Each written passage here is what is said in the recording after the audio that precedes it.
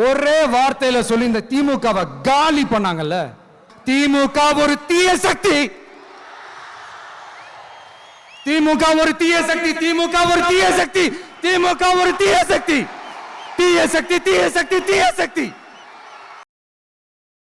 திக்கெட்டும் திசையெட்டும் இருந்து பெரியோர்களும் தாய்மார்களும் கூடி இருந்தது இந்த ஒரு நொடிக்காகத்தான்.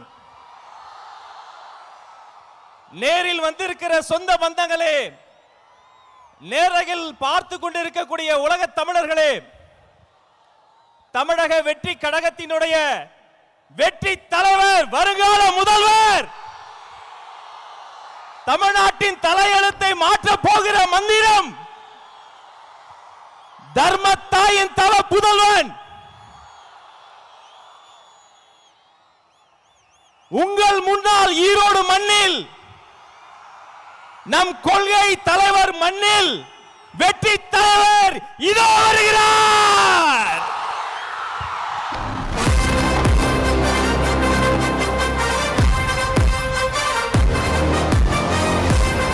ஹலோ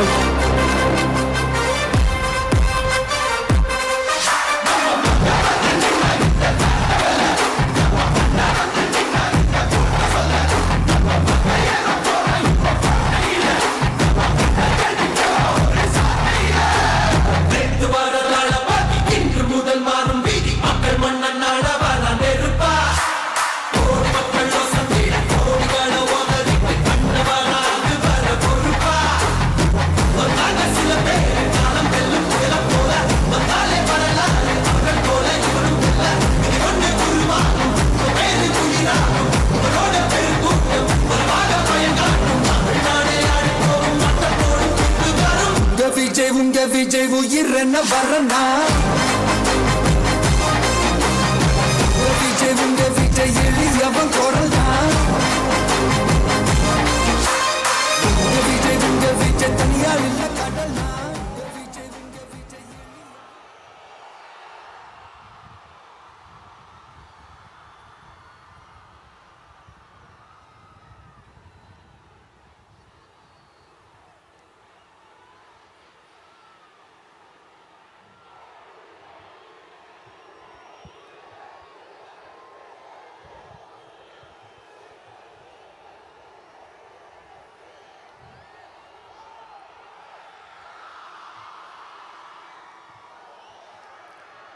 மஞ்சள்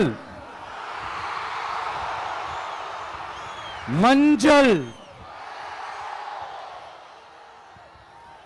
பொதுவா நல்ல காரியங்கள் ஸ்டார்ட் பண்றதுக்கு முன்னாடி இந்த மஞ்சள் எடுத்து வச்சு தான் ஸ்டார்ட் பண்ணுவாங்க.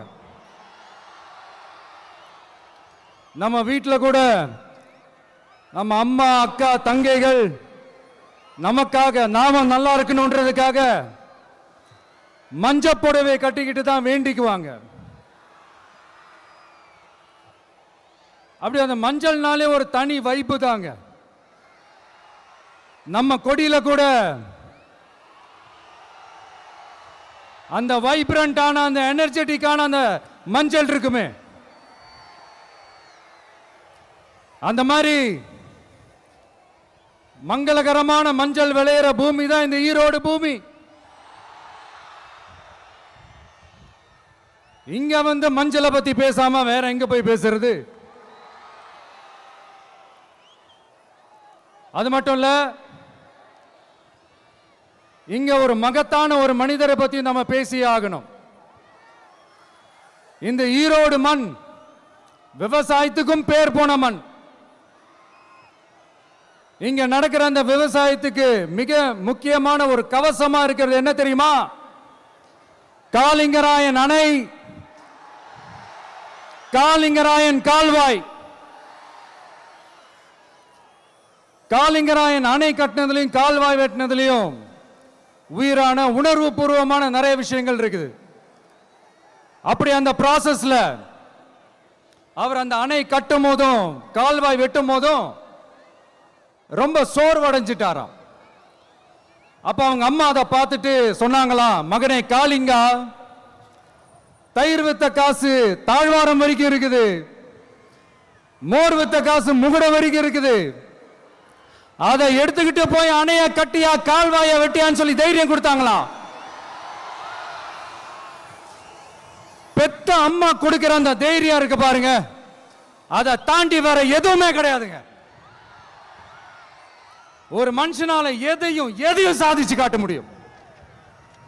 அப்படி ஒரு தைரியத்தை தான் இப்ப நீங்க என்னுடைய அம்மா, அக்கா, தங்கைகள், நண்பா, நண்பிகள், தோழர்கள்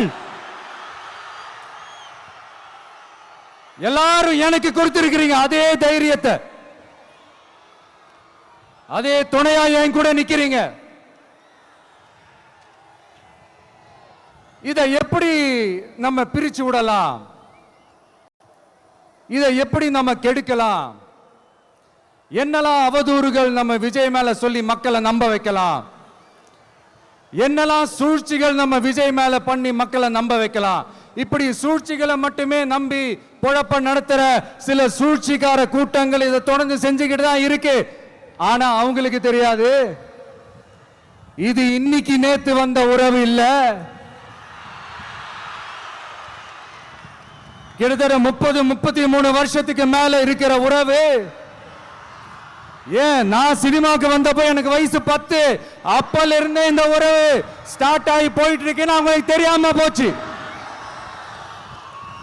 அதனால என்ன பண்ணாலும், நீங்க என்ன ட்ரை பண்ணாலும், எல்லாத்தையும் விட்டுட்டு மக்களுக்காக வந்திருக்கிற இந்த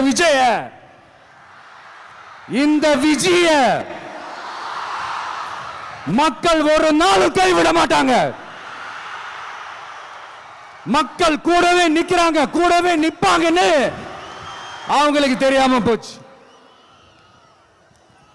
என்னப்பா நிப்பீங்கல்ல? உங்களை நம்பிதாப்பா வந்திருக்கிறேன். அதான் இந்த சத்தம் தாங்க வாழ்நாள் பூரா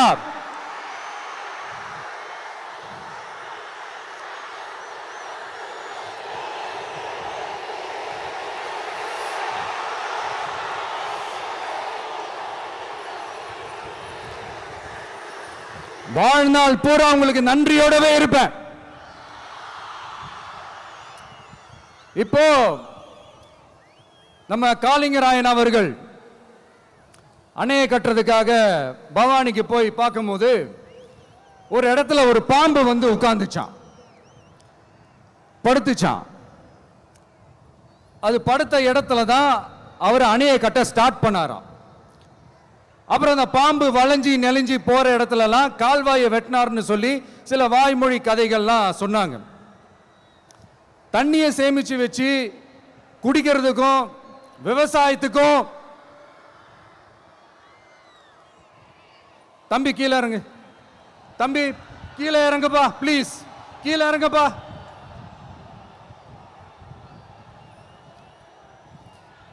ஓகே, தேங்க்யூ கீழே இறங்குங்க, கீழே இறங்குப்பா. நீ இறங்கினாதான் புத்தம் கொடுப்பேன்.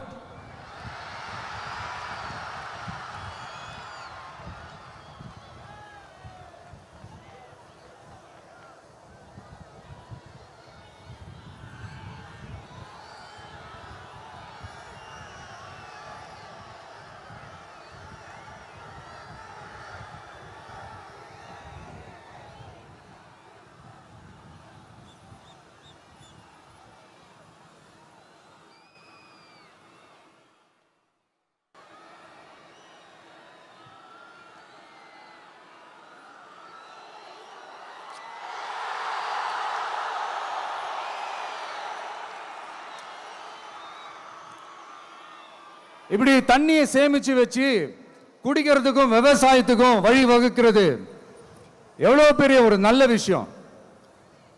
சோ இந்த மாதிரி நல்ல விஷயங்கள்லாம் செஞ்சிட்டு கதைகள் சொன்னா பரவாயில்ல, எதுவுமே செய்யாம கதைகளை மட்டும் அடிச்சு விடுறது எப்படி? அத்திக்கடவு அவிநாசி திட்டத்தை இன்னும் விரிவுபடுத்தினா அந்த 3 மாவட்டத்தில் இருக்கிற லட்சக்கணக்கான மக்களுக்கு எவ்வளவு பிரயோஜனமா இருக்கும். எத்தனையோ லட்சம் ஏக்கர் நிலங்கள்ல விவசாயம் நடத்தினா எவ்வளவு பிரயோஜனமா இருக்கும். ஏன் அதெல்லாம் பண்ண மாட்டேன்றீங்க? வள்ளுவர் கோட்டத்துக்கு காட்டுற அக்கறைய இங்க மக்கள் வாழ்வாதாரத்தில் கொஞ்சம் காட்டலாம்ல, ஏன் காட்ட மாட்டேன்றீங்க? இங்க என்ன கவர்மெண்ட் நடத்துறாங்களா இல்ல கண்காட்சி நடத்துறாங்களா? இந்த 21ஆம் நூற்றாண்டிலே மக்களை பத்தி எதுவுமே யோசிக்கிறது இல்ல. ஆனா அந்த காலத்திலேயே இது எல்லாத்தையும் பத்தி யோசிச்ச மக்களை பத்தி, குடிக்கிற தண்ணியை பத்தி, விவசாயத்தை பத்தி, அணை கட்டுறதை பத்தி, கால்வாய் வெட்டுறதை பத்தி, இதெல்லாம் எங்கிருந்து? பவானியிலிருந்து நொய்யலாறு வரைக்கும் கால்வாய் வெட்டி இதெல்லாத்தையும் பத்தி யோசிச்ச காளிங்கராயன் அவர்களுக்கு கோடி கும்பிடு போட்டாலும் பார்த்தாதுங்க. இப்படி அந்த காலத்துல இருந்த ஒரு ஹீரோவை பத்தி பேசிட்டு இந்த காலத்துல, அதாவது 1920th செஞ்சுரியில இருந்த ஒரு ஹீரோவையும் பத்தி நம்ம பேசி ஆகணும்ல.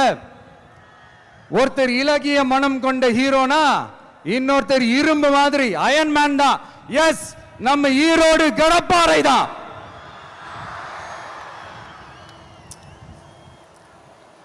ஒட்டுமொத்த தமிழ்நாட்டையே திருப்பி போட்ட சீர்திருத்த நெம்புகோல். ஈரோடு மாவட்டத்தில் பிறந்த அவர்தான் இந்தியாவுக்கே இடஒதுக்கீடு சம்பந்தமான அரசியல் சட்டத்தை திருத்தறதுக்காக போராட்டம் நடத்தினவர் யாரு? நம்ம தந்தை பெரியாரு. 100 வருஷத்துக்கு முன்னாடியே வகுப்பு வாரி பிரதிநிதித்துவம் வேணும்னு கேட்டவர். அன்னைக்கும் சரி இன்னைக்கும் சரி ஒரு ஆச்சரியத்தோட பார்க்கக்கூடிய ஒரு மனிதர், நம்மளுடைய கொள்கை தலைவர். அப்ப அண்ணாவும் எம்ஜிஆரும் யாரு?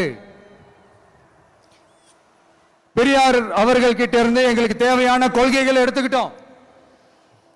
அவரை ஃபாலோ பண்ற, அவரை வழிகாட்டி ஏத்துக்கிட்ட அண்ணா அவர்கள் கிட்ட இருந்தோம், எம்ஜிஆர் அவர்கள் கிட்ட இருந்தோம் தேர்தல் அணுகுமுறையை எடுத்துக்கிட்டோம். அண்ணாவும் எம்ஜிஆரும் தமிழ்நாட்டோட சொத்து. அவங்கள பயன்படுத்துறத பத்தி யாரும் இங்க கம்ப்ளைண்ட்லாம் பண்ண முடியாது. அண்ணா எங்களோடது, எம்ஜிஆர் எங்களோடது, நீங்களா எடுத்துக்க கூடாது அப்படிலாம் யாரும் இங்க அழுதுட்டு இருக்க முடியாது, சொல்லிவிட்டேன். அதனால நாங்க ஒரு வழியில அரசியல் செஞ்சுக்கிட்டு போயிட்டு இருக்கிறோம். உங்களுக்கு தான் டிவிக்கு ஒரு பொருட்டே இல்லைல்ல, அப்புறம் ஏன் கதறீங்க? அப்புறம் ஆளாளுக்கு அங்க போயிட்டு இங்க போயிட்டு புலம்பி தள்ளிக்கிட்டு இருக்கிறீங்க. இது எப்படி இருக்கு தெரியுமா? எனக்கு பயம் இல்ல, எனக்கு பயம் இல்ல அப்படின்னு சத்தமா சவுண்ட் விட்டுக்கிட்டே சத்தமா பாட்டு பாடிக்கிட்டு இந்த நடுங்கிக்கிட்டே சின்ன பசங்க நடந்து போவாங்க, அந்த மாதிரி இருக்கு. முதல்ல மண்டையில இருக்கிற கொண்டைய மறைங்க சார்.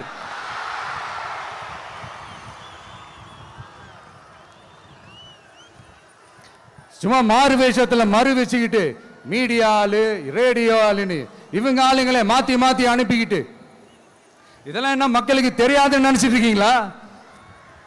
மக்கள் எல்லாத்தையும் உன்னிப்பா கவனிச்சிட்டு இருக்காங்க. அதனாலதான் சொல்றேன், உங்களுக்கு நீங்க கொள்ளையடிச்சு வச்சிருக்கிற காசு தான் துணை. ஆனா எனக்கு என் மேல எல்லையில்லா பாசம் வச்சிருக்கிற இந்த மாசு தான் துணை.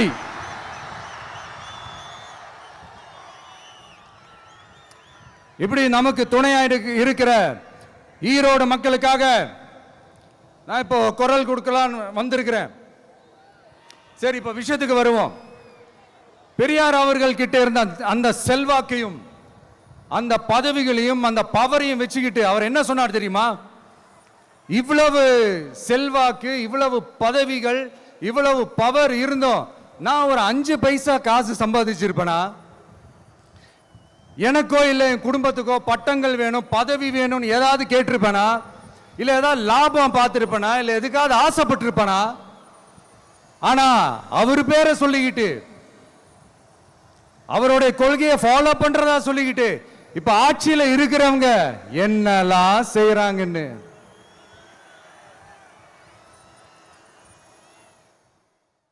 அதனாலதான் சொல்றோம், பெரியார் பேரை சொல்லிக்கிட்டு தயவு செஞ்சு கொள்ளையடிக்காதீங்கயா, தயவு செஞ்சு கொள்ளையடிக்காதீங்க. அவரு பேரை சொல்லிக்கிட்டு பெரியார் பேரை சொல்லி கொள்ளையடிக்கிற இவங்க தான் நம்மளுடைய அரசியல் எதிரி.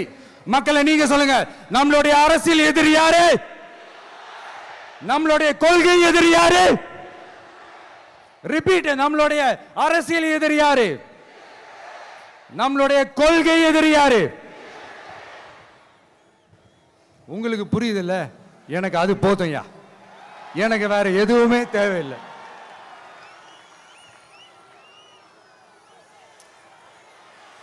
அதனாலதான்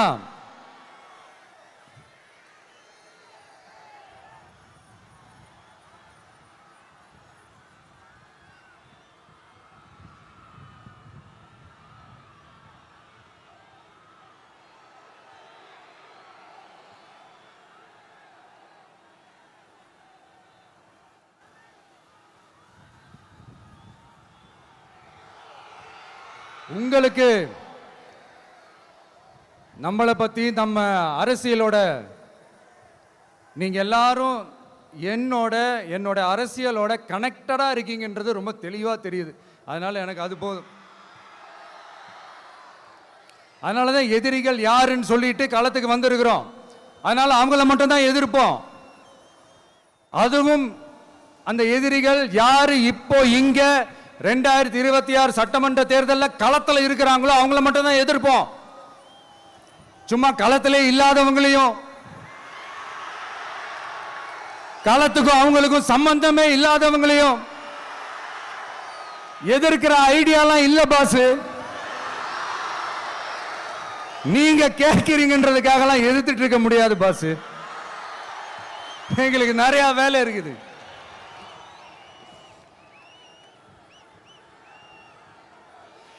எத்தனை எத்தனை பொய்யான வாக்குறுதிகள். வந்த உடனே நீட்டை ரத்து செய்வோம், கல்வி கடனை ரத்து செய்வோம், கேஸ் சிலிண்டருக்கு மானியமா 100 ரூபாய் தருவோம், என்னெல்லாம் அடிச்சு விட்டுட்டு இன்னி வரைக்கும் கேட்கிறேன், இதெல்லாம் சொன்னாங்களே செஞ்சாங்களா? இவங்க எப்பவுமே இப்படிதான், சொல்றது ஒண்ணு செய்யறது ஒண்ணு. திமுகவும் பிரச்சனைகளும் ஃபெவிகால் போட்டு ஓட்டின ஃப்ரெண்ட்ஸ் மாதிரி ஒன்னிலிருந்து ஒன்னை பிரிக்கவே முடியாது. இப்போ ஈரோடு பகுதியில் இருக்கிற பிரச்சனையை பத்தி பேசுவோம். பெரியார் பேரை மட்டும் சொல்லிக்கிட்டு எப்படி அவரோட கொள்கைகளுக்கு எதிராக செயல்படுறாங்களோ அப்படிதான் இந்த மஞ்சள் நகரத்தோட மஞ்சளுக்கும் ஒண்ணும் பண்ணல, மஞ்சள் விவசாயிகளுக்கும் ஒண்ணும் பண்ணல. ஆராய்ச்சி மையம், சிறப்பு மையம்னு கோடி கோடியா டெண்டர் விட்டாங்க, பேருக்கு கட்டிடத்தை கட்டினாங்க.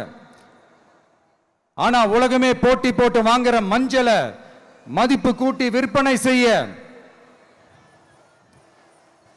அதாவது அதோட வேல்யூ இன்க்ரீஸ் பண்ணி நம்ம விவசாயிகளுக்கும் இந்த மாவட்ட மக்களுக்கும் நன்மை செய்ய இதுவரைக்கும் என்ன செஞ்சிருக்காங்கன்னு யோசிச்சு பார்த்தா ஒரு பெரிய ஜீரோ தான்.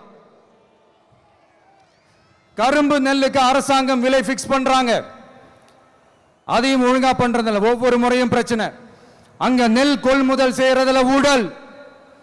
சரி, நாம கஷ்டப்பட்டு விளைய வச்சது வீணா போக கூடாதுன்னு நினைச்சு நம்ம விவசாயிகள் கேட்கிற லஞ்சத்தை கொடுத்தாலும் அதுக்கப்புறம் கூட அந்த கொள்முதல் ஒழுங்கா நடக்கிறது இல்லை.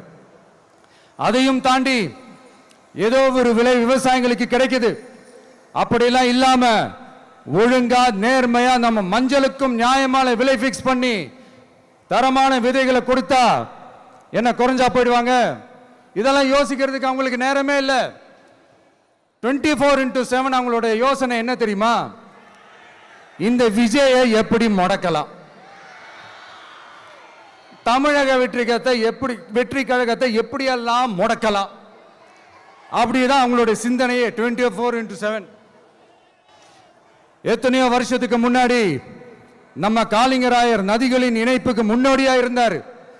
பவானி ஆத்தலவர் அதிகமான தண்ணி அணை கட்டி தேக்கி தண்ணீர் வறட்சியான பகுதிகளுக்கு அனுப்பினார்.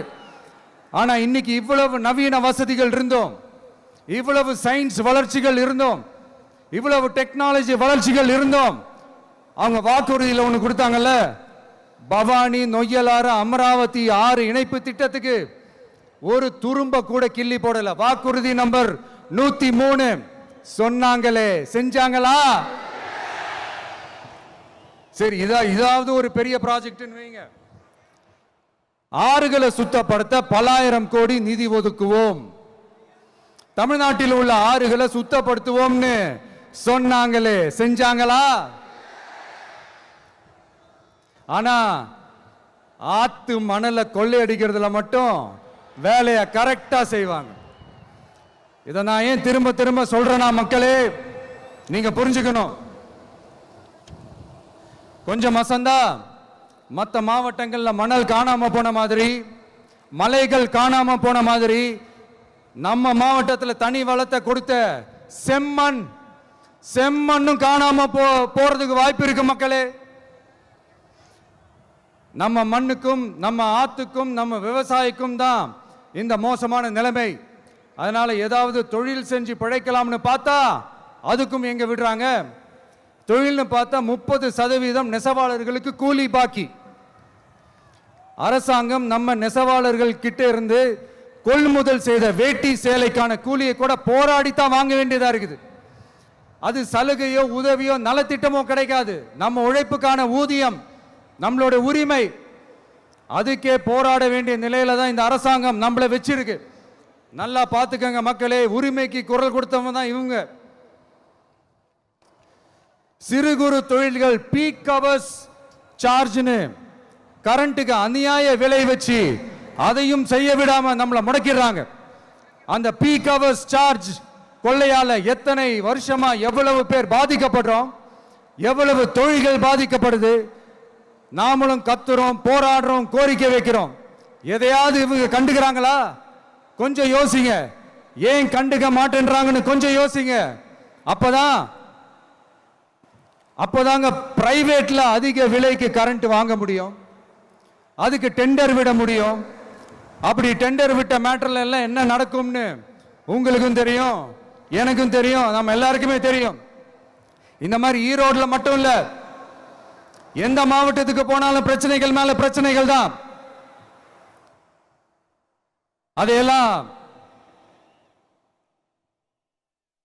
அதையெல்லாம் தீக்கிறதுக்கு ஒரு சொல்யூஷன் கூட சொல்லாம இதுல வேற பெருமையா மாடல் அரசுங்கிறது இல்ல. நான் கேட்கிறேன், கூச்சமா இல்ல?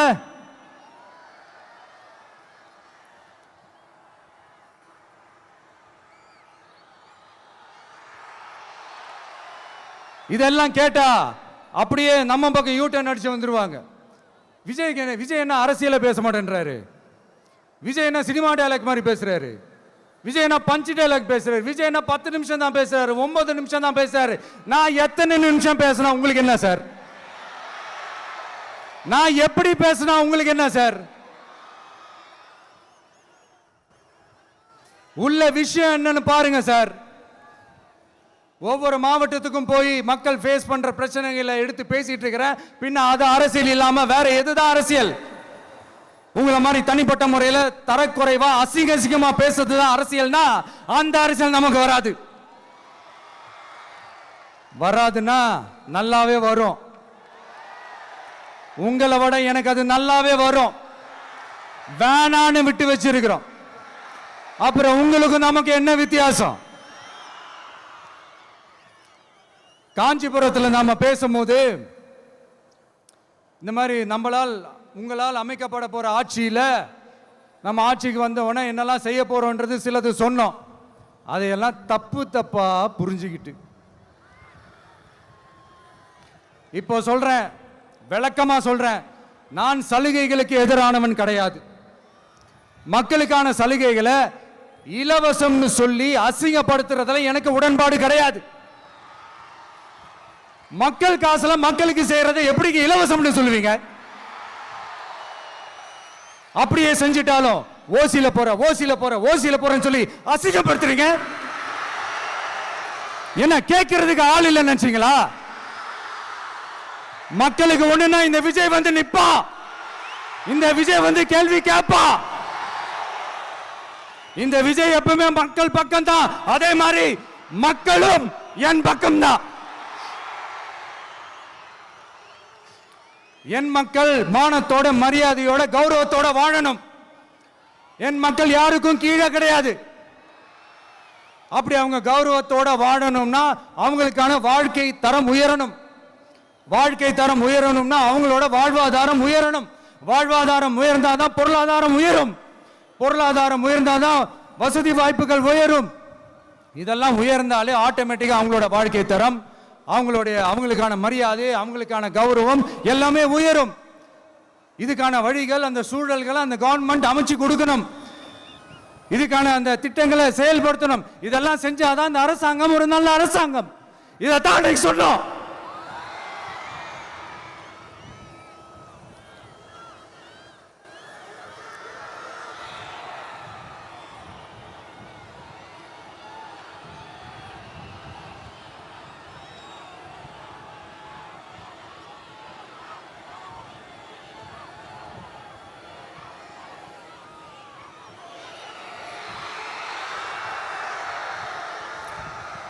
இதைத்தான் இன்னைக்கு சொன்னோம். உடனே சொன்னா மட்டும் போதுமா? எப்படி செயல்படுத்துவீங்க? நாங்க என்ன வாயிலேயே வடை சுடுறதுக்கு டிஎம்கேவா, டிவிகேடா?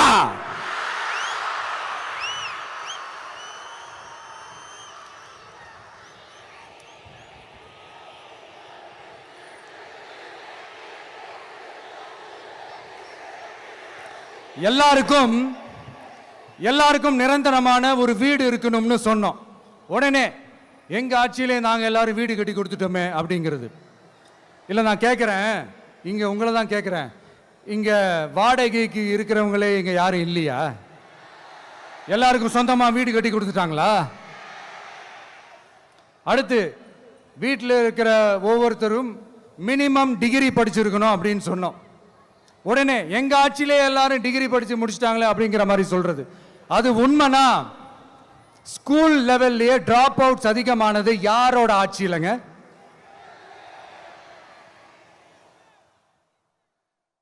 பசங்க பிள்ளைங்க யாரும் ஸ்கூல்ல சேரலன்னு சொல்லிட்டு எனக்கு தெரிஞ்சு 207 கவர்மெண்ட் ஸ்கூல்ஸ் மூடினது யாரோட ஆட்சியிலங்க?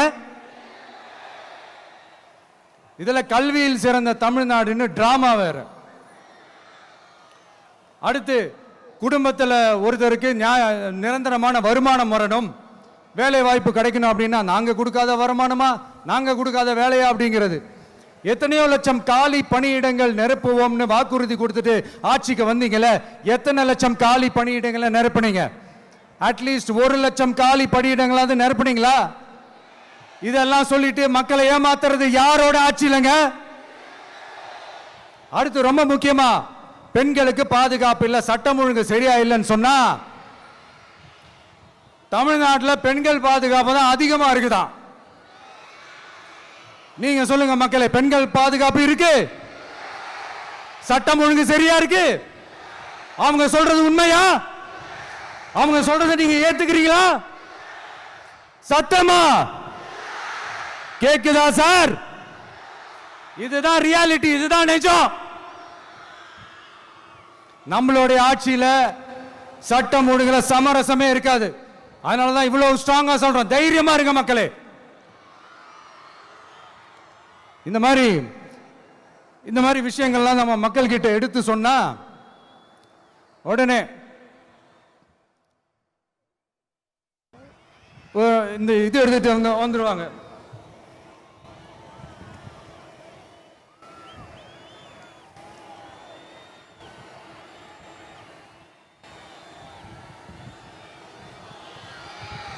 இந்த மாதிரி இதெல்லாம் என்னென்ன செய்ய போறோன்றது சிலதெல்லாம் காஞ்சிபுரத்தில் சொன்ன மாதிரி சொன்னா எல்லாத்தையும் தப்பா திருச்சி பேசிக்கிட்டு அவதூறு பரப்பிக்கிட்டு. நான் கூட யோசிப்பேன், எம்ஜிஆர் அவர்களும் மேடம் ஜெயலலிதா மேடம் அவங்களும் ஒரே வார்த்தையில சொல்லி இந்த திமுகவை காலி பண்ணாங்கல்ல. நான் கூட யோசிப்பேன், ஏன் இவ்வளவு ஹார்ஷா பேசுறாங்க, ஏன் இவ்வளவு ஹார்ஷா அவங்கள திட்டுறாங்கன்னு யோசிச்சது உண்டு. இப்பதானே புரியுது. அவங்க 2 பேரும் சொன்னதை இப்ப நானும் ரிப்பீட் பண்றேன். திமுக ஒரு தீய சக்தி, திமுக ஒரு தீய சக்தி, திமுக ஒரு தீய சக்தி, திமுக ஒரு தீய சக்தி, தீய சக்தி, தீய சக்தி, தீய சக்தி. என் நெஞ்சில் குடியிருக்கும் ஈரோடு மக்களே,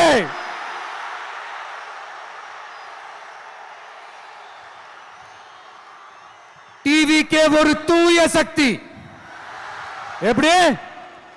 டிவிக்கே ஒரு தூய சக்தி. தூய சக்தி டிவிகேவுக்கும் தீய சக்தி டிஎம்கேவுக்கும் தான் போட்டியே. என்ன முடக்கலாம்னு நினைக்கிறீங்க, ஆனா இந்த சத்தத்தை ஒரு நாள் உங்களால முடக்க முடியாது. மக்கள் விரோத திமுக அரசை வீழ்த்த மக்கள் சக்தியான நம்மளால மட்டும்தான் முடியும். அண்ணன் செங்கோட்டையன் அண்ணன் அவர்கள் நம்ம கூட வந்து சேர்ந்தது நமக்கு ஒரு மிகப்பெரிய ஒரு பலம். அந்த மாதிரி செங்கோட்டையன் அண்ணன் அவர்கள் மாதிரி இன்னும் நிறைய பேர் வந்து சேர இருக்கிறாங்க. அவங்க எல்லாருக்குமே அந்த உரிய அங்கீகாரத்தை கொடுப்போம். அது மட்டும் இல்ல, அப்புறம் இன்னொரு விஷயம் சொல்ல மறந்துட்டேன். இப்போ ரீசண்டா ஒரு இடத்துல நம்ம சிஎம் சார் அவர்கள் பேசும்போது சொன்னாங்க, என் கேரக்டரையே புரிஞ்சுக்க மாட்டேங்கிறேன். இது சினிமா டயலாக் இல்லையா? நான் ஏதாவது பேசினா சினிமா டயலாகா? சார் பேசினா அது சினிமா டயலாக் இல்லையா? சிலப்பதிகாரத்திலிருந்து எடுத்ததான் அந்த லைன். என் கேரக்டரையே புரிஞ்சுக்க மாட்டேன்றது. உங்களை எப்படிதான் சார் புரிஞ்சுக்கிறது? எந்தெந்த விஷயத்துலலாம் சார் உங்க கேரக்டர் நாங்கள் புரிஞ்சுக்கிறது? அதையும் நீங்களே சொல்லிட்டீங்கன்னா கொஞ்சம் நல்லா இருக்கும் சார். சட்டம் ஒழுங்குல நாடே சந்தி சிரிக்குது, அதுலையா? பெண்கள் பாதுகாப்புல நாடே சந்தி சிரிக்குது, அதுலையா? பொய் வாக்குறுதிகளா கொடுத்து ஏமாத்தி ஆட்சிக்கு வந்தீங்களே, அதுலையா? எதுல தான் சார் உங்க கேரக்டர் நாங்க புரிஞ்சுக்கிறது? ஆனா ஒண்ணு, தமிழ்நாட்டில் ஆட்சி செய்யற நீங்களும் சரி, ஒன்றியத்தில் ஆட்சி செய்யறவங்களும் சரி, நீங்க ரெண்டு பேரும் முதல்ல என்னோட கேரக்டரை புரிஞ்சுக்கணும் சார். என்னோட கேரக்டர்னு சொன்னது நம்ம மக்களோட கேரக்டரை. 2026 சட்டமன்ற தேர்தலோட அந்த கேரக்டரே கொஞ்சம் வேற மாதிரி சார். அதை கொஞ்சம் தயவு செஞ்சு நீங்க புரிஞ்சுக்கணும் சார். புரிஞ்சுக்கலன்னா மக்களே உங்களுக்கு புரிய வைப்பாங்க சார். கான்பிடென்டா இருங்க சார், நல்லதே நடக்கும் சார். வெற்றி நிச்சயம் சார்.